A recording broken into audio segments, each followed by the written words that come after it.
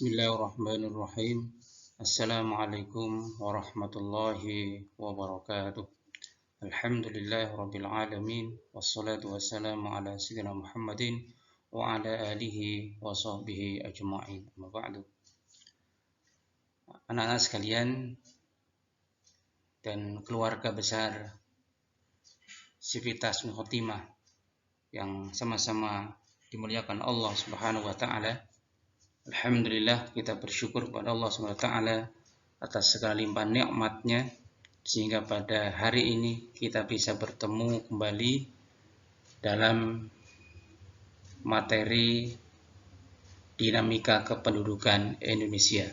Mudah-mudahan kita senantiasa mendapatkan ridho Allah Subhanahu wa taala. Amin ya rabbal alamin. Dinamika kependudukan Indonesia. Penduduk merupakan salah satu elemen pendukung terbentuknya suatu negara. Dan penduduk itu bersifat dinamis. Artinya apa? Artinya selalu berubah sesuai dengan perubahan waktu. Perubahan tersebut dapat menyangkut masalah jumlah penduduk, pendistribusian penduduk, ataupun komposisi penduduk. Perubahan inilah yang dimaksud dengan dinamika penduduk. Indonesia merupakan salah satu negara dengan jumlah penduduk terbesar keempat di dunia. Itu setelah Tiongkok, India, dan Amerika. Nah, pada tahun 2018 bahwa jumlah penduduk Indonesia itu 265 juta jiwa. Nah, bagaimana cara mengetahui atau cara menghitung jumlah penduduk tersebut? Ada 3. Yang pertama, dengan cara sensus penduduk. Nah, sensus penduduk diartikan sebagai penghitungan seluruh penduduk suatu negara dengan cara mengumpulkan, menghimpun, dan menyusun data penduduk atau semua orang pada waktu tertentu di wilayah tertentu. Dan sensus penduduk di Indonesia itu dilakukan setiap 10 tahun sekali. Yang kedua, untuk mengetahui atau cara menghitung jumlah penduduk, yang kedua dengan registrasi penduduk, yaitu merupakan kumpulan keterangan mengenai kelahiran, kematian, dan segala kejadian penting lainnya seperti perkawinan, perceraian, kelahiran, pengangkatan anak, dan perpindahan penduduk. Ketiga, cara menghitung jumlah penduduk itu dengan melalui survei penduduk. Survei penduduk ini dilakukan dengan cara mengambil sampel dari beberapa daerah.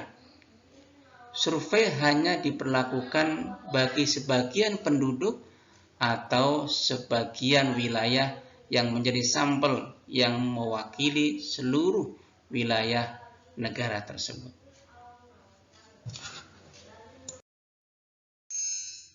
Kemudian persebaran penduduk di Indonesia. Persebaran penduduk adalah perbandingan jumlah penduduk antara provinsi pada suatu negara.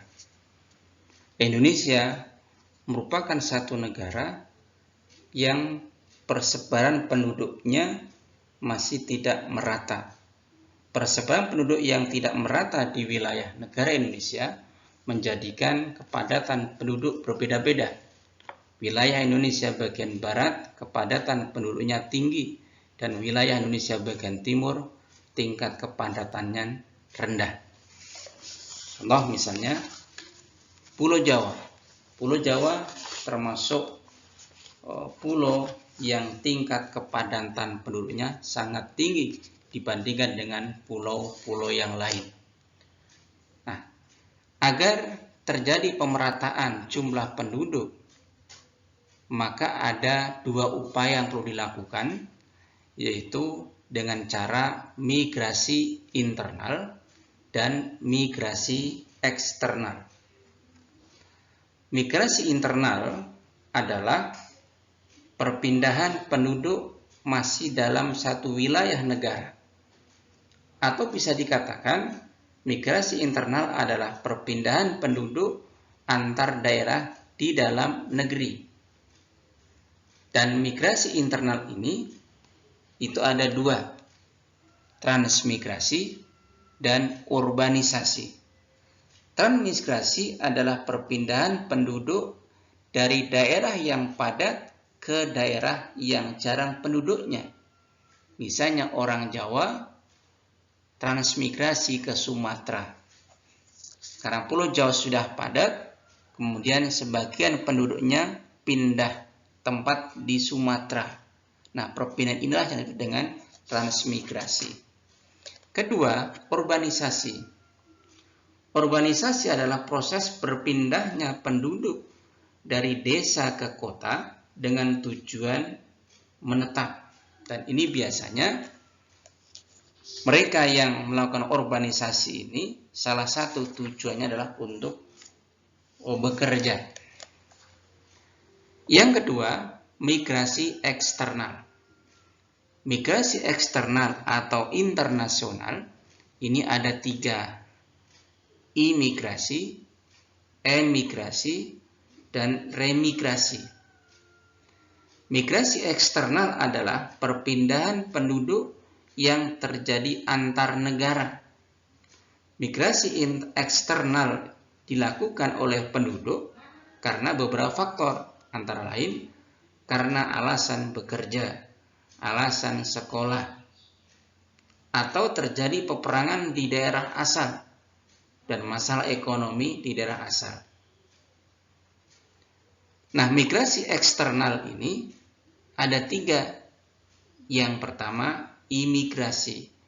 Imigrasi adalah masuknya penduduk dari suatu negara ke negara lain. Masuknya tenaga kerja dari Tiongkok ke Indonesia. Itu adalah contoh imigrasi. Dan orang yang melakukan imigrasi itu disebut dengan imigran. Kedua, emigrasi.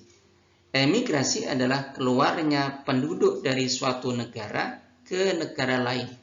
Misalnya, pengiriman tenaga kerja Indonesia ke Arab Saudi. Orang yang melakukan emigrasi disebut dengan emigran. Dan yang ketiga, remigrasi. Remigrasi adalah kembalinya penduduk ke negara asalnya setelah beberapa lama tinggal di negara lain. Misalnya, orang Indonesia pulang kembali ke Indonesia setelah menyelesaikan kuliah di negara luar. Misalnya setelah dia selesai kuliah di Mesir, dia kembali ke Indonesia. Itu contoh remigrasi.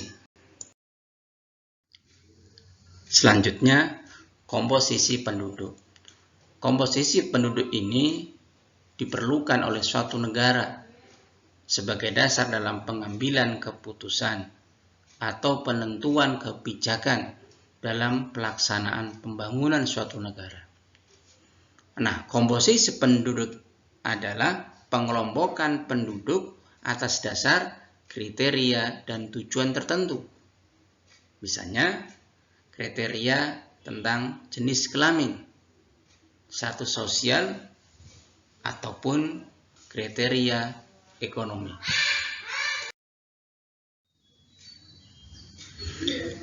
Berikutnya tentang pertumbuhan penduduk Indonesia. Jumlah penduduk Indonesia selalu mengalami perubahan dari waktu ke waktu, disebabkan oleh pertumbuhan penduduk. Pertumbuhan penduduk terjadi karena ada keseimbangan dinamis antara kekuatan yang menambah dan kekuatan yang mengurangi. Nah, adapun faktor yang memengaruhi pertumbuhan jumlah penduduk, satu, karena faktor kelahiran. Setiap ada warga negara yang melahirkan berarti menambah jumlah penduduk Indonesia. Yang kedua, kematian. Setiap ada warga negara yang meninggal dunia berarti mengurangi jumlah penduduk Indonesia. Nah, karenanya kelahiran itu bersifat menambah jumlah penduduk dan kematian bersifat mengurangi jumlah penduduk.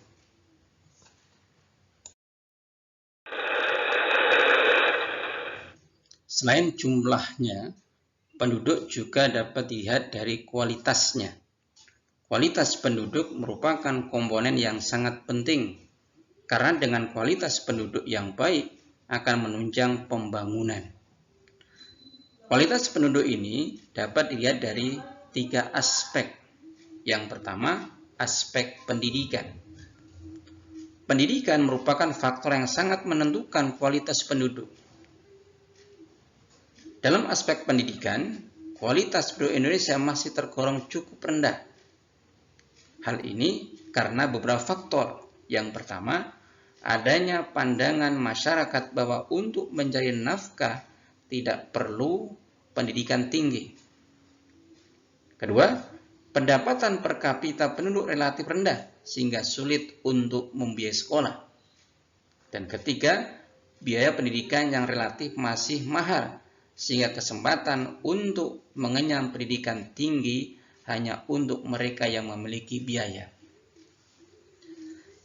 Kualitas penduduk yang kedua bisa lihat dari aspek kesehatan. Tingkat kesehatan di Indonesia masih relatif rendah. Rendahnya tingkat kesehatan disebabkan oleh sarana kesehatan yang masih relatif kurang. Harga obat relatif masih mahal, sehingga kurang terjangkau oleh masyarakat. Rumah sakit yang peralatannya memadai masih terpusat di kota-kota besar. Sedangkan aspek yang ketiga untuk mengetahui tingkat kualitas penduduk yaitu aspek pendapatan. Tingkat pendapatan suatu negara merupakan faktor penting untuk melihat kualitas penduduk dari aspek ekonomi. Dan tingkat pendapatan penduduk suatu negara diperoleh dari berbagai sektor lapangan kerja. Untuk mengetahui tingkat pendapatan penduduk, dibuat patokan berdasarkan rata-rata pendapatan per kapita. Pendapatan per kapita adalah rata-rata pendapatan setiap orang dalam suatu negara selama 1 tahun. Nah, dibandingkan dengan negara-negara maju, pendapatan per kapita Indonesia jauh tertinggal. Makanya, upaya pemerintah dalam peningkatan pendapatan penduduk ini itu dengan cara 1. Meningkatkan dan memperluas lapangan kerja di semua sektor usaha. 2. Memberikan bantuan kredit modal kepada masyarakat. 3. Memberikan bantuan kepada desa-desa yang tertinggal, baik berbentuk subsidi maupun impres untuk desa yang tertinggal. Demikianlah pertemuan kita pada hari ini. Mudah-mudahan Allah memberikan kepada kita semuanya, khususnya anak-anak, mendapatkan ilmu yang berkah dan bermanfaat. Untuk itu, pertemuan kita pada hari ini kita tutup dengan membaca hamdalah alhamdulillahirabbil alamin dan doa kafaratul majlis. Subhanakallahumma wa bihamdika asyhadu an la ilaha illa anta astaghfiruka wa atubu ilaik. Dan sekian dari Ustaz. Assalamualaikum warahmatullahi wabarakatuh.